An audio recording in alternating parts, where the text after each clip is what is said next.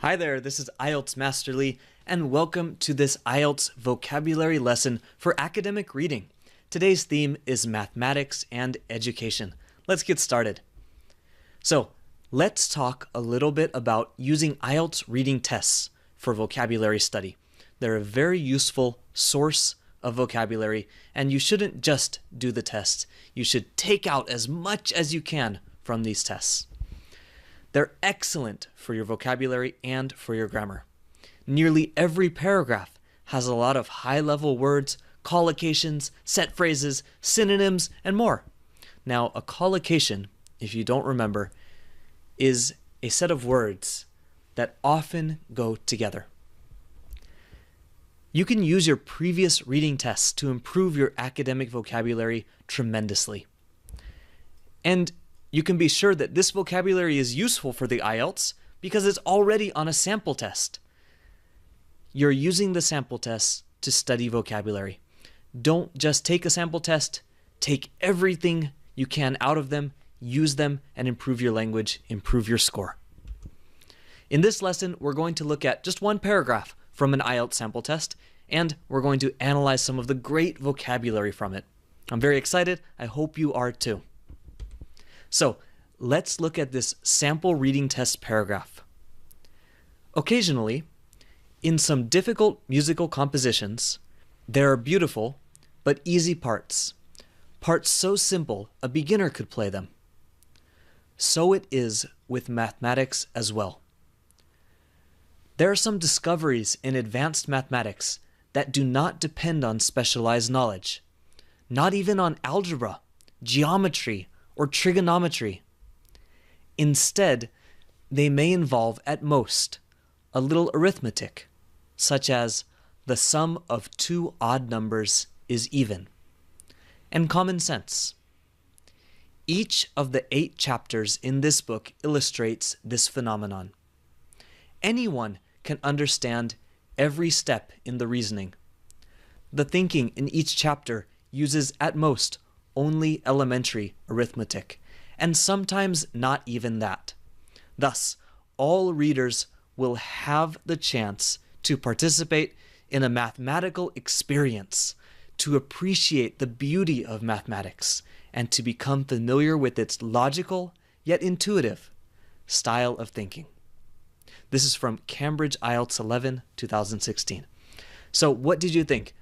I'm sure you can see that there's some very interesting vocabulary in here, so let's take a closer look. Ta-da! All right, so I've highlighted some words and expressions that I want to look at together with you. First, we have musical compositions. Musical compositions is another way of saying song, but usually it's used for instrumental music, like something you would see at an orchestra. Next is so it is. This is quite an interesting phrase. This so here is different than the so in the previous sentence. Part so simple. It's a different kind of so. So it is here is a reference so. It's referring to the previous sentence. In the previous sentence, it says there are beautiful but easy parts. In the next sentence, it says so it is with mathematics as well. This means with mathematics as well, there are beautiful but easy parts. This so it is referencing the previous sentence. Next, we have do not depend on, not even on. Okay, with do not depend on means rely on, you need something. But here we have do not depend on, not even on. So we have a specific condition, but no exceptions. They do not depend on specialized knowledge, not even on algebra. You want to say, you could stop with they do not depend on specialized knowledge, but if you want to make it even stronger, you want to give examples of the things that, oh, maybe it depends on that. Nope, it doesn't depend on those things either, not even on algebra, not even on geometry, not even on trigonometry. Next, we have this blue one, specialized knowledge. Specialized knowledge. This is a nice collocation, specialized knowledge. Not general knowledge, but specialized knowledge. Okay. After that, in red, arithmetic. Arithmetic is basic addition, adding two numbers, 2 plus 2 is 4, subtraction, multiplication, and division. And then we have sum. The sum is when you add two numbers together.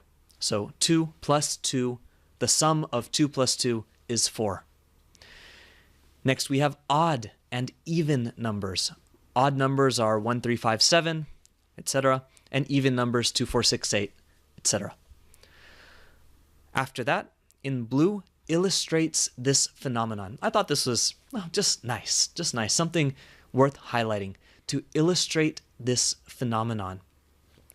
So a phenomenon is a situation, something that's happening, and illustrate, instead of saying showing this phenomenon, they use illustrating this phenomenon.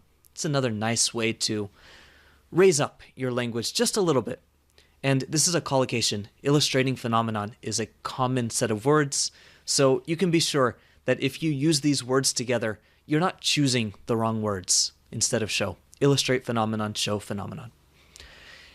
In the orange, we have at most only, sometimes not even that. At most only, sometimes not even that. So the sentence, the thinking in each chapter uses at most only elementary arithmetic, and sometimes not even that. This is used when we have something that's very small, and it can be even smaller. Okay, for example, my class size is sometimes very small. At most, we only have 10 people, but sometimes not even that, sometimes 9, sometimes 8. That's just an example. Next, in the blue, appreciate the beauty of. This is a simple phrase, but nice. To appreciate the beauty of.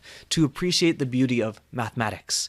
To appreciate the beauty of nature. Appreciate the beauty of paintings.